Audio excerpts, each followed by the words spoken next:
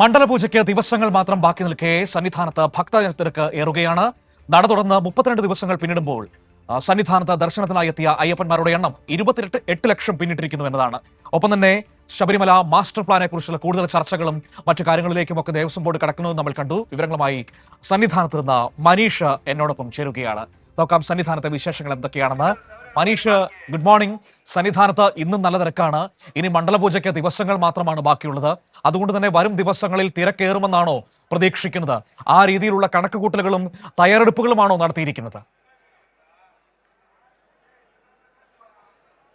Manu, good morning Manu. Sabarimala സന്നിധാനത്ത് പതിവ് പോലെ തന്നെ ഇന്നും വലിയ രീതിയിലുള്ള ഒരു തിരക്കാണ് നമുക്ക് കാണാൻ സാധിക്കുന്നത്.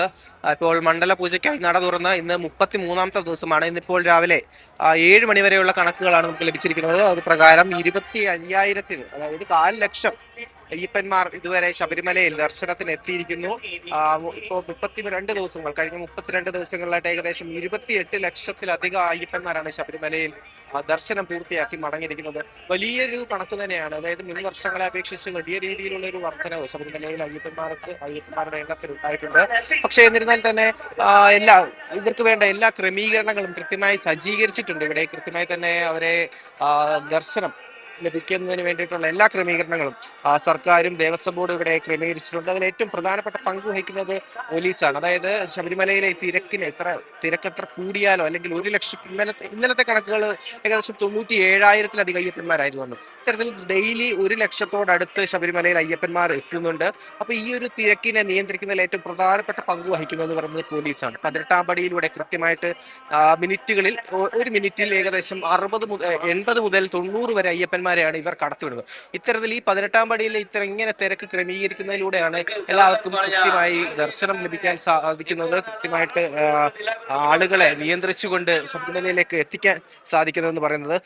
മറ്റൊന്ന് പറയുന്നത്, ശബരിമലയിൽ കഴിഞ്ഞ ഈ ഒരു മണ്ഡലകാലത്താണ് ഏറ്റവും കൂടുതലായിട്ട് കാനനപാത വഴി അയ്യപ്പന്മാരുടെ വരവ് കൂടിയിരിക്കുന്നത്. ഏകദേശം ഈ 32 ദിവസങ്ങളായിട്ട് ഏകദേശം 1 ലക്ഷത്തിലധികം അയ്യപ്പന്മാരാണ് ശബരിമലയിൽ കാനനപാതകളിലൂടെ മാത്രമായിട്ട് ശബരിമലയിൽ എത്തിച്ചേർന്നിരിക്കുന്നത്. മറ്റൊരു പ്രധാനപ്പെട്ട കാര്യം എന്ന് പറയുന്നത്, ശബരിമല മാസ്റ്റർ പ്ലാനുമായി ബന്ധപ്പെട്ട് ഇന്നലെ ദേവസ്വം ബോർഡ് ആസ്ഥാനത്ത് ഒരു ഉന്നതാധികാര സമിതിയുടെ ഒരു യോഗം ചേരുകയുണ്ടായി. അതിൽ ശബരിമലയിൽ നടപ്പാക്കേണ്ട ഏറ്റവും പ്രധാനമായിട്ടും അല്ലെങ്കിൽ ഏറ്റവും വേഗത്തിൽ തന്നെ നടപ്പാക്കേണ്ട ചില കാര്യങ്ങൾ അല്ലെങ്കിൽ എന്തൊക്കെയാണ് പദ്ധതികൾ എന്നാണ് അതുമായി ബന്ധപ്പെട്ട് തീരുമാനിച്ചിരിക്കുന്നത്.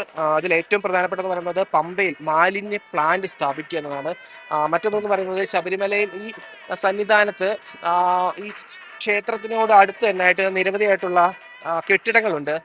തന്ത്രിമാരുടെ അടക്കം ഉള്ള കെട്ടിടങ്ങളുണ്ട്. അപ്പോൾ അത് ദേവപ്രശ്നം വെച്ച സമയത്ത് ഇത്തരത്തിൽ ഈ കെട്ടിടങ്ങളും പിന്നെ ശൗചാലയങ്ങൾ ഉൾപ്പെടെയുള്ളവയുണ്ട് ക്ഷേത്രത്തിനോട് അടുത്ത് തന്നെ. അപ്പോൾ അത് പൊളിച്ച് നീക്കണം എന്നുള്ളൊരു ആവശ്യം ദേവപ്രശ്നത്തിൽ വന്നിരുന്നു. അപ്പോൾ അതും ഇതുമായി ഇന്നലെ നടന്ന യോഗവുമായി ബന്ധപ്പെട്ട് ചർച്ച ചെയ്യുകയുണ്ടായി.